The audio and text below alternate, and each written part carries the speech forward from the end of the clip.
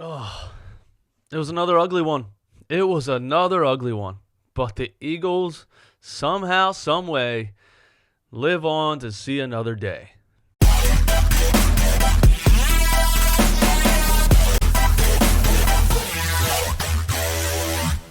What is up, guys? DJ Eastwood here. Run it back. As always, hit that subscribe button if you like talking Philly sports every day.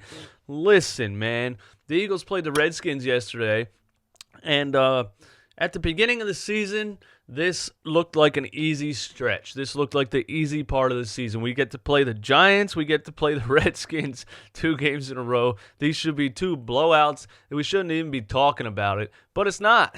These are hard games for us now. These are hard games for us now.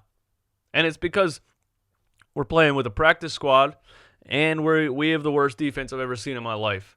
And I don't know how it came to this, but here we are, man. I just want to say something about teams like the Redskins. Teams like the Redskins and the Dolphins and the Giants and rookie players and young players that are struggling in the league, they must wake up like it's Christmas morning when they realize that they are about to play the Philadelphia Eagles. They must wake up like, bro, hold on. Oh, we're playing the Eagles today, man. Yeah, we're about to cook, bro. We're about to eat.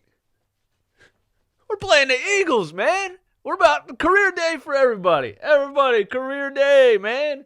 You never had a 300-yard passing game? You're about to have one today.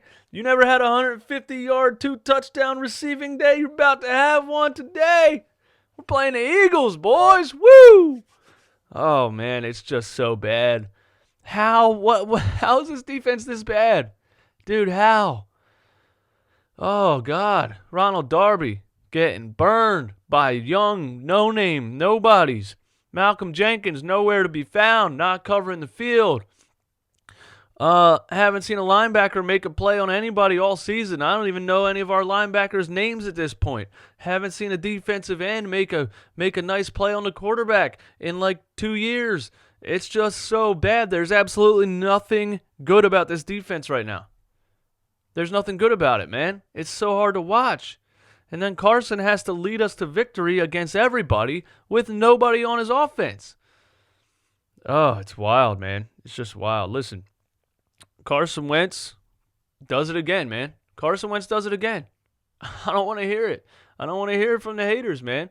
I don't want to hear it from the Fulgen Society. Carson Wentz does it again. He's putting these dudes on his back and carrying them to the playoffs. It's remarkable. It's ridiculous. I've never seen anything like it. Now, one thing I will say, Carson Wentz's accuracy in the pocket has been suspect this year. Very, very suspect.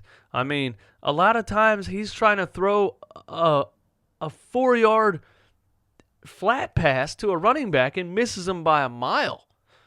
I'm like, what happened to this guy, man? He can't throw the ball from here to the side of this room and hit the guy in the hands. I don't know.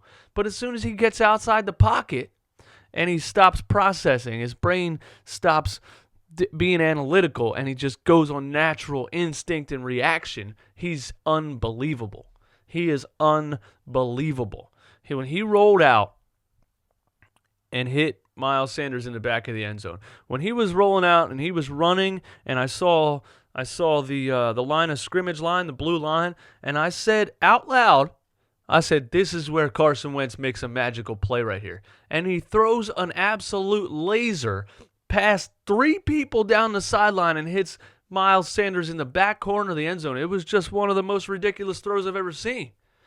They're calling it the touchdown of the year. There's only a couple quarterbacks that can ever make that play. And it's pretty much Aaron Rodgers, Patrick Mahomes, Deshaun Watson, and Lamar Jackson. To roll out like that and make that kind of throw on the run, a laser dart, paint the sideline and hit the back corner of the end zone, he's in rare company when he makes a play like that. But the point that I want to make is it's his ability once he's outside the pocket, which brings me to this. Does Doug Peterson know what a bootleg play is? Does he know what bootleg plays are? You have to play to your talent's strength. You have to set up the game plan to fit Carson Wentz's skill set. There should be way more play action. There should be way more play action bootleg. We should be getting him outside the pocket and on the run, making the defense break down, making the wide receivers make double moves. Get things going and shifting and moving, man. He's a mobile quarterback. He always has been. Stop dropping him back in the pocket. He stands there. He holds the ball too long. He gets hit. The offensive line can't give him enough time. All this stuff, man. Get him outside the pocket. The play to Ward Jr. to win the game. The play to Ward Jr. to win the game was a bootleg play. It was a play action. It was a bootleg to the left. You get the whole defense shifting. Ward Jr. gets behind him, and he floats just an absolute beautiful dime over the top, drops right into his hands, and our practice squad wide receiver catches it with both of his hands. He catches the football and wins the football game. This is the best receiver on the team right now. He's more productive than Nelson Aguilar has been all season. He's more productive than Mac Hollins has been his entire career. He's just, how was this guy on the practice squad for this long? That's the thing, man. How did you put Mac Hollins on this football field for 12 weeks in a row when he wasn't getting any production at all? How did these coaches go back to the locker room and sit down and look at things and say, and not say, yeah, we need to make a change here. We need to try some different guys. They just didn't do it. Week in and week out, we had no production from our wide receivers, and they didn't change anything. That's what frustrates me about this season. This season could have been different a lot earlier if they would have made changes a lot earlier, like implementing more bootleg play-action plays and giving practice squad wide receivers a chance to make a play. If you're good enough to be on the practice squad, if you're good enough to be in the NFL, I would say you're good enough to catch a football, and you should get a chance to play when a team is struggling. But at least we got Ward Jr. now. He's here.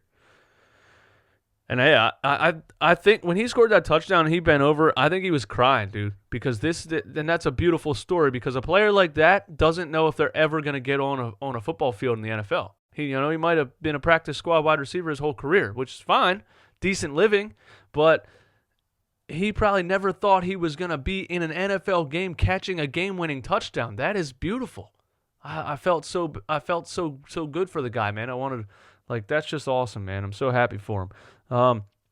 Ortega-Whiteside, another big drop, hit him right in the chest on a beautiful bomb from Carson Wentz.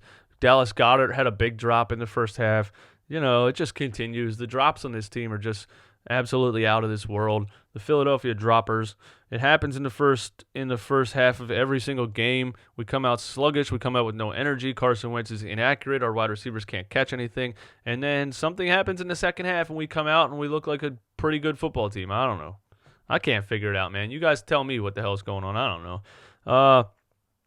Miles Sanders, man. Miles Sanders. I said last game, 2 weeks ago, man, give this dude the ball more, and he's amazing outside the flats too, like we would throw a screen pass to Miles Sanders in the first quarter, and then he wouldn't do it again the rest of the game.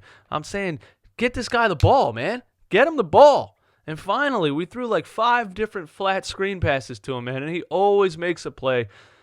Oh, man, and he had so much positivity in this game, so much production in this game. And he's a rookie, and it's beautiful. And when Jordan Howard comes back, these two guys together, Jordan Howard and Miles Sanders, man, that's a 1-2 punch. That might be the best running back duo in the league next year. I'm pretty happy about that.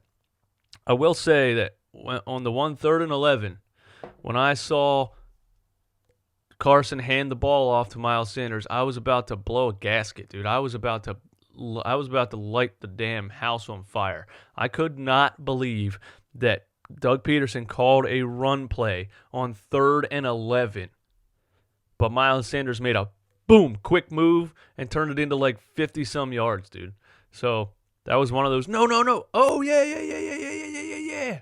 But I just couldn't believe the play call.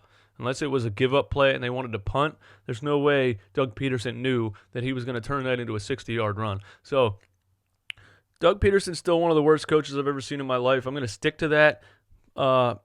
But his players keep bailing him out with amazing plays like that. And it used to happen with Andy Reid all the time. It used to happen with Andy Reid all the time. He would absolutely stink it up, and his players would bail him out. So it is what it is, man. I'm glad we got the win. The story of the season so far is the practice squad. The practice squad has turned around the season. I think I might make a green and white Eagles colored t-shirt that just says practice squad on it. What do you guys think, man? Let's all represent the practice squad. Let's do it.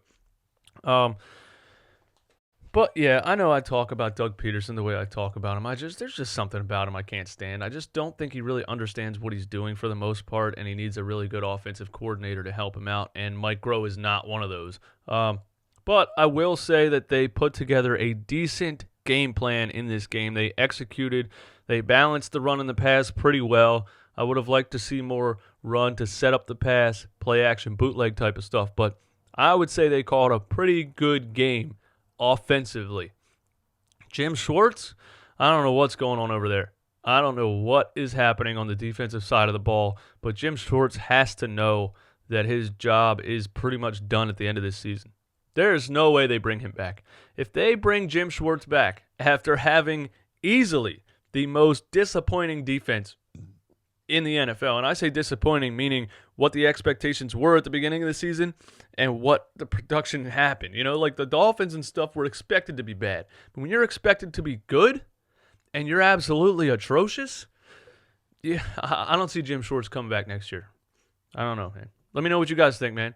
What do you think of this game? What do you think of Carson Wentz's clutch performances down there towards the end of the game to win it? 30 seconds left, throws a game-winning touchdown. Let me know what you think about that. Let me know what you think about Miles Sanders and the whole squad. What's up with our defense? What can we change? Do you think this team can beat the Cowboys next week to win the division and make the playoffs? Do you think that can happen? I am going to go with yes. I think that can happen. I think the Eagles can pull this off against the Cowboys. And here I am, man. Who would have thought? 5 weeks ago, I was done. I was done with this season. I was done with this season halftime last week. And here I am saying we can beat the Cowboys to win the division. You see why this team hurts my head so much? I can't even handle it, man. I'm so up and down. It's so back and forth. I can't decide what I want. I can't decide what's going on here. But I think we can beat the Cowboys to win the division. So, hey, we're still alive, man. And then we would end up playing either the Seahawks or the 49ers in the first round of the playoffs, and we will get absolutely toasted by those two teams because our defense just can't stop anybody. But, I guess it'll be cool to make the playoffs and watch a playoff game. Let me know what you guys think, man. My name is DJ Eastwood. This is Run It Back. As always, thank you for watching this channel. Hit the subscribe button if you're not subscribed yet. You guys have a blessed day.